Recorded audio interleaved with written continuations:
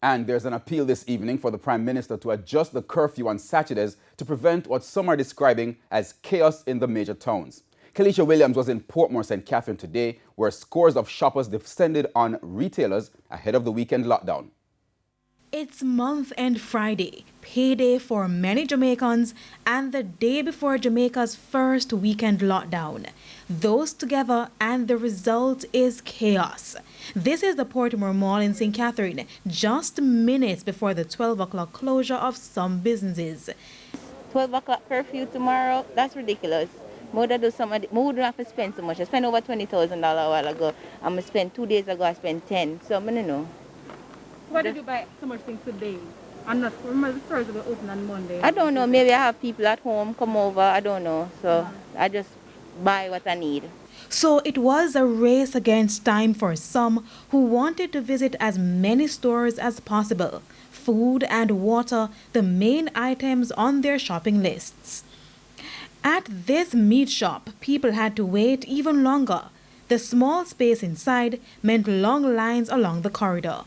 From about 11:30, started at where they back there, so I'm just right here still trying to get inside, but rough.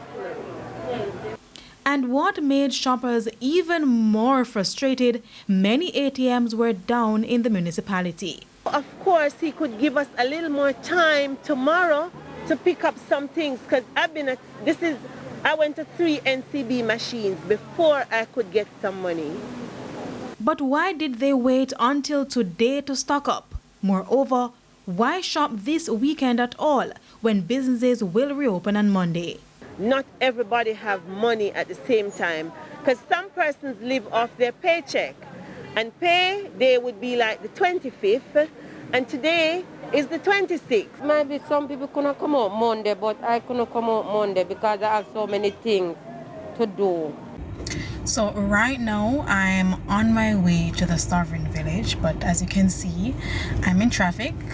It was pretty much smooth sailing from the Portmore Mall, but as soon as I reached the intersection that would take you to Newlands and popularly known as 20 route, then the gridlock started from there. So I'm gonna see just what's happening at Progressive Groceries at the Sovereign Village. It's one of the largest supermarkets in Portmore, so I'm just gonna see what's happening there. A journey which usually takes about 10 minutes is now 3 times longer. Unruly drivers made things worse. Now, at the Sovereign Village in Portmore, it was about securing a parking spot. Only this water shop had a line when we arrived. But with the traffic building up on the main road, it appears motorists will experience significant delays as it gets closer to the curfew. Kelesha Williams, TVJ News.